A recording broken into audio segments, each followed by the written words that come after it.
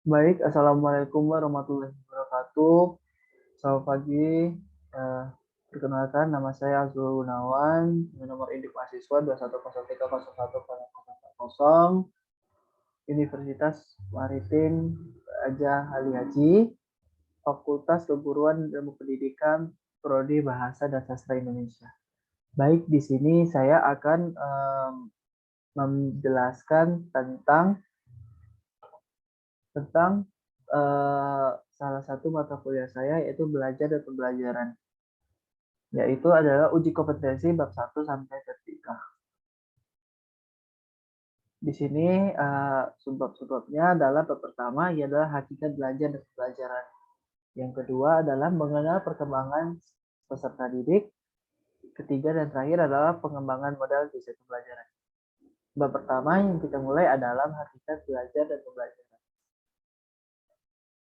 Bab pertama, belajar adalah perubahan dari mengetahui menjadi memahami. Belajar tentang program yang kita pelajari. Bagaimanakah Anda menerapkan cara belajar Anda memahami menjadi mengimplementasikan program studi Anda? Dalam menerapkan cara belajar saya dan memahami menjadi mengimplementasikan program studi yang saya pilih ialah: pertama, memberikan motivasi kepada diri sendiri. Yang kedua, membuat proses belajar yang menyenangkan. Yang ketiga, memberikan gambaran untuk tujuan dari apa yang akan kita pelajari agar lebih struktur. Keempat, dan terakhir adalah mengulang kembali apa yang dipahami atau melakukan evaluasi dengan menguji keterampilan yang dimiliki terutama di bidang program studi. Selanjutnya, pembelajaran dan bagaimana pengembangan pembelajaran yang sudah pernah kita pelajari. Coba Anda kembangkan mata kuliah program studi Anda dan menjadi pembelajaran yang lebih baik, yang lebih kreatif, dan memotivasi cara belajar Anda.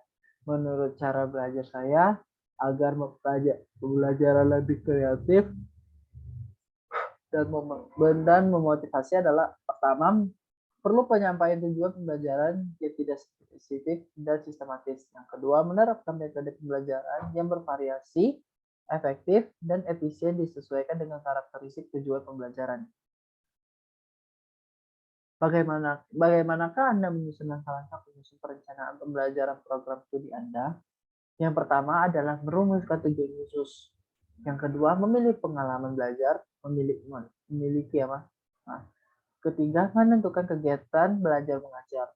Keempat, menentukan orang yang terlibat dalam proses pembelajaran, yaitu peserta didik, contohnya siswa dan siswi. Kelima, memilih bahan dan alat, bahan materi atau alat yang akan dipelajari dalam proses pembelajaran. Ketersediaan fasilitas fisik, yaitu adanya guru, murid, fasilitas kelas, dan lain sebagainya. Perencanaan evaluasi pengembangan. Lanjut ke bab 2, yaitu mengenal perkembangan peserta didik. Jelaskan perbedaan dan pertumbuhan peserta didik di tingkat sekolah dasar dan sekolah menengah pertama. Pertumbuhan peserta didik di tingkat sekolah dasar mempunyai perkembangan sikap kognitif, memasuki tahap yang sangat pesat, seperti berbagai bentuk kegiatan anak-anak lebih cenderung aktif, tidak pernah diam, bergerak berlari, dan bermain. Pada usia dasar, anak sudah dapat melaksanakan tugas-tugas belajar yang menuntut kemampuan kognitif seperti membaca, menulis, dan menghitung. Pada usia dasar, anak sekolah sudah berkembang ke arah berpikir konkret dan nasional. Jika dilihat dari perkembangan sikap nasional berdasarkan peniruan atau kebiasaan, terutama dari orang tuanya dalam mengajarkan, pengendalian emosinya sangatlah berpengaruh kepada anaknya. Sedangkan pertambahan peserta didik pada tingkat SMP mempunyai perkembangan kognitif seperti pemahaman, pengetahuan, dan keterampilan berpikir. Jika dilihat dari perubahan sikap emosional yang tinggi, pertumbuhan fisik memberikan dorongan lebih, seperti menunjukkan sifat yang sensitif terhadap berbagai peristiwa, emosi yang tidak terkontrol, bersifat negatif, dan temperamental. Namun, kondisi emosional ini juga dipengaruhi oleh kondisi lingkungan, terutama keluarga dan pertemanan. Anda sebagai calon guru, bagaimanakah Anda memotivasi peserta didik agar tetap termotivasi belajarnya demi masa depan anak tersebut. Yang pertama adalah membuat siswa aktif dalam kegiatan belajar dan mengajar. Yang kedua, menciptakan suasana kelas yang positif. Yang ketiga, menciptakan metode belajar yang variasi. Keempat, meningkatkan antusias dan semangat guru dalam mengajar. Yang kelima, memberi reward. Yang keenam, dan terakhir adalah menciptakan aktivitas yang melibatkan seluruh siswa dalam kelas. Jelaskan prinsip perkembangan peserta didik. Yang pertama adalah dasar-dasar pembukaan adalah sikap kritis.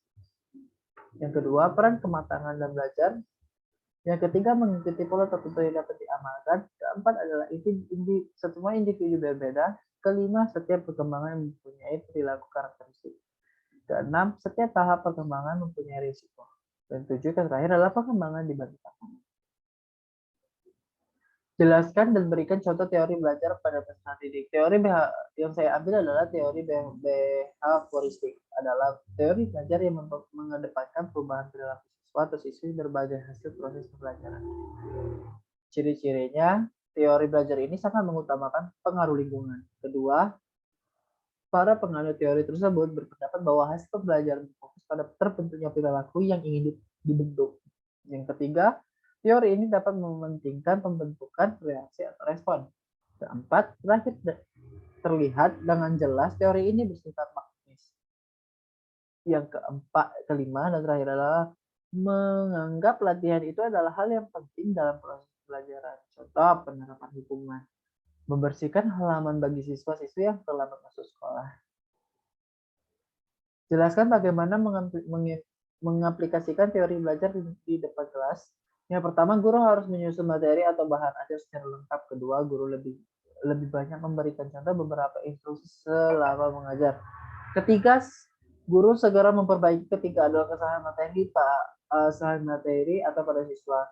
Keempat, guru memberikan latihan agar terbentuk pembiasaan atau perilaku yang diinginkan.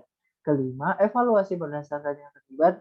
Keenam dan terakhir adalah guru memiliki kemampuan memberikan penguatan baik dari sisi positif dan negatif. Selanjutnya adalah bab ketiga, yaitu pengembangan model desain pembelajaran.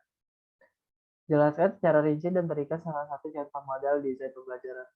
Pembelajaran langsung atau direct learning, yaitu pengetahuan yang bersifat informasi dan visual yang mengurus pada keterampilan dengan cara pembelajaran langsung. Ini bisa dilihat sebagai contoh. Ini adalah suatu pembelajaran secara langsung yang kita alami pada sekolah-sekolah umumnya. Ada juga beberapa yang menggunakan metode online learning atau bisa dibilang daring ya. Itu. Jadi ini secara langsung kepada guru sama siswa, tidak ada perantara apapun yang dilakukan di sekolah atau sekolah, kampus dan tempat lain sebagainya. Buatlah salah satu contoh silabus RTP dan praktekkan di depan kelas. Ini adalah contoh silabus. Oke, ini adalah kompetensi dasar, ada kompetensi dasar, materi pembelajaran, kegiatan pembelajaran, indikator, penilaian, alokasi waktu, dan sumber atau bahan atau alat. Di sini ini adalah contohnya salah satu contoh dari SMA Negeri 1 Cianjur dengan mata pelajaran Bahasa Indonesia kelas 6 semester 1 dasar kompetensi mendengarkan. Yang pertama adalah memahami berbagai informasi dari sambutan, khotbah, dan wawancara. Yang pertama, poin pertama, KD 1.1 adalah menemukan pokok-pokok isi sambutan atau khotbah yang didengar. Materi pembelajarannya sambutan atau khotbah atau pokok isi sambutan, ringkasan, sambutan, atau khotbah. Kegiatan pembelajaran adalah mendengarkan sambutan atau khotbah.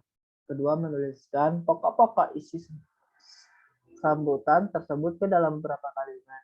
Yang keempat, menyampaikan secara lisan ringkasan sambutan atau khotbah, menangani ringkasan isi sambutan atau khotbah.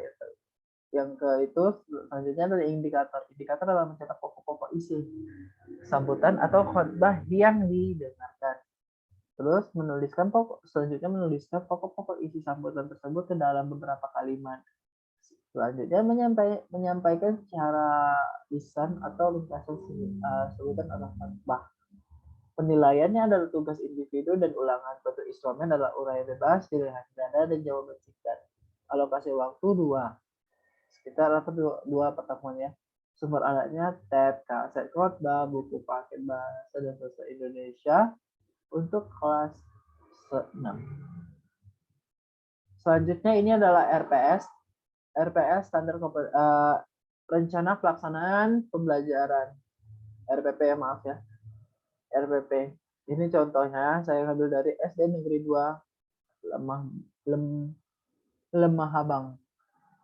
Ini juga adalah yang pertama adalah standar kompetensi, yaitu mengungkapkan secara lisan beberapa informasi dan mendeskripsikan benda dan bercerita. Selanjutnya adalah B, kompetensi dasar atau KD. Adalah mendeskripsikan tumbuh atau binatang di sekitar sesuai ciri-cirinya dengan menggunakan kalimat yang mudah dipahami orang lain. Selanjutnya adalah indikator pembelajaran, adalah menjelaskan ciri-ciri tumbuhan secara rinci, nama, ciri khasnya dengan pilihan kata yang tepat. Selanjutnya menjelaskan ciri-ciri hewan secara rinci, nama, ciri khas, suara, tempat hidup dengan kalimat yang tuntut. Selanjutnya adalah mendeskripsikan ciri-ciri tumbuhan atau benda atau binatang dengan kalimat yang runtut. Tujuan pembelajarannya adalah setelah menjelaskan dari guru pada siswa dapat menjelaskan ciri-ciri tumbuhan dengan kalimat yang runtut dan secara tepat. Melalui metode tanya jawab, siswa dapat ciri-ciri hewan dengan kalimat yang runtut secara benar. Karakteristik yang diharapkan adalah disiplin, teguh, tanggung jawab, ketelitian, percaya diri, kerjasama, dan toleransi. Baik, terima kasih